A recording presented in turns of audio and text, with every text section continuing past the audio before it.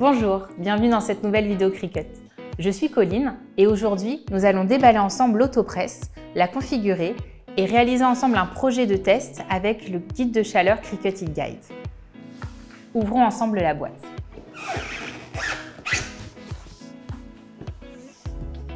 Nous allons disposer tous les éléments sur la table et vous les présenter les uns après les autres. Commençons par les deux boîtes qui étaient de chaque côté de l'autopresse. Je prends la boîte numéro 1.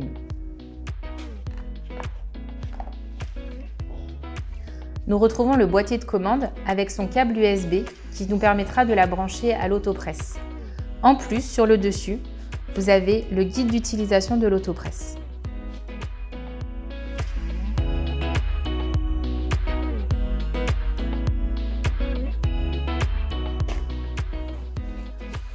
Nous retrouvons le cordon d'alimentation européen, donc pour nous en France, ou bien la version anglaise.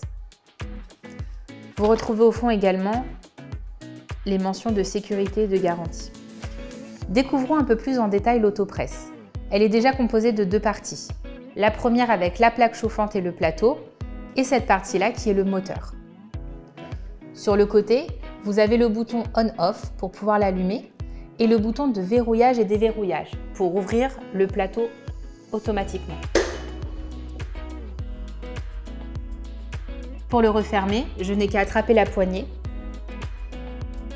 baisser le plateau et rappuyer pour verrouiller.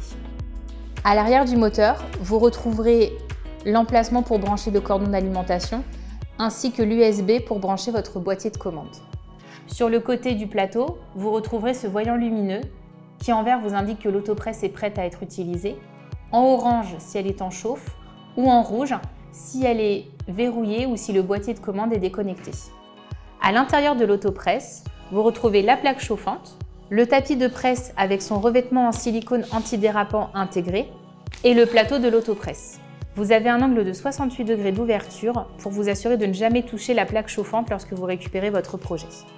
Nous allons maintenant configurer l'autopresse à l'aide de l'application Design Space. N'étant pas équipée de la fonctionnalité Bluetooth, l'autopresse ne peut pas être activée depuis l'application Cricut Heat.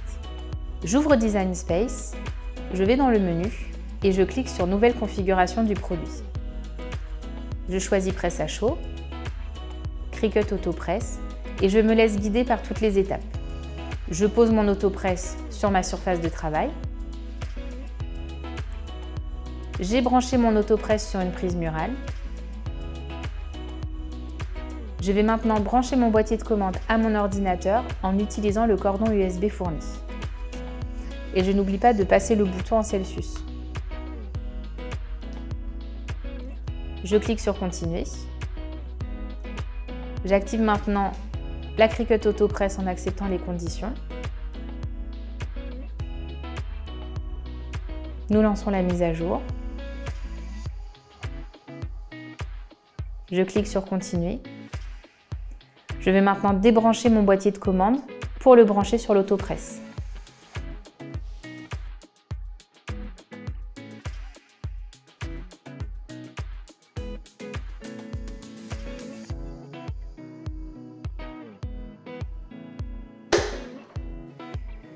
L'étape finale, nous avons branché notre boîtier de commande, avons allumé l'autopresse, l'avons déverrouillée. Elle commence d'ores et déjà à chauffer. Nous allons pouvoir passer au premier projet de test. Le boîtier de commande nous permet de régler manuellement la température et le temps de pause pour tous vos projets de transfert à chaud. Il existe 4 boutons déjà paramétrés par Cricut. Vous pouvez retrouver le détail de ces pré-réglages dans la description de la vidéo. La configuration de l'autopresse est maintenant terminée. Nous allons passer à un premier projet qui est la personnalisation d'un tote bag avec un motif en Infusible Ink préalablement découpé. Nous allons nous servir du guide de chaleur sur Cricut.com, le Cricut Heat Guide, pour connaître la température et le temps de pause adapté à la réalisation de ce projet.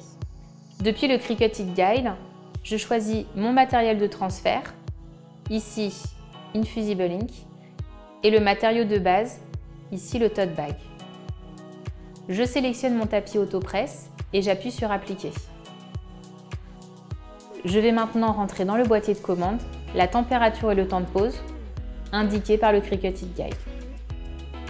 J'allume l'autopresse et je la déverrouille. Avec le boîtier de commande, je règle la température et le temps de pause à la température indiquée dans le Cricut It Guide. Et je laisse l'autopresse chauffer. Nous allons placer notre motif sur le tote bag.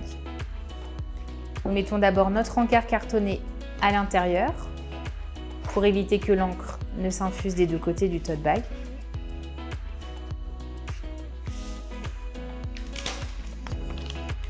Je viens poser mon motif que je vais fixer avec le scotch résistant à la chaleur. Puis enfin, je viens placer mon papier sulfurisé.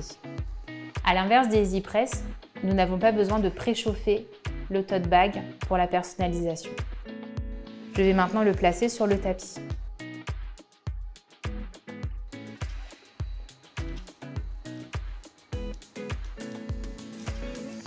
Avec son revêtement en silicone, le tapis pour autopresse nous assure que le motif ne bougera pas.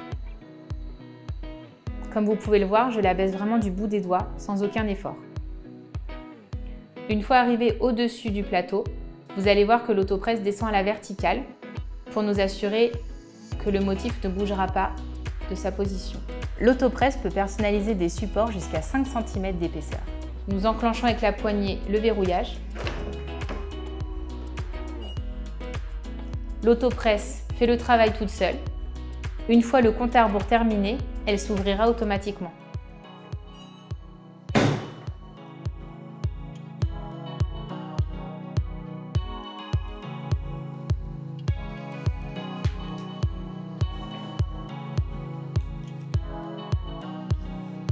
L'autopresse s'éteindra après 13 minutes d'inactivité.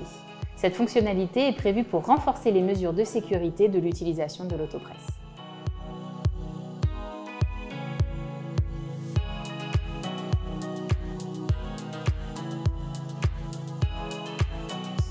Merci d'avoir regardé cette vidéo. N'hésitez pas à vous abonner à la chaîne Cricut France pour retrouver d'autres vidéos. À très bientôt!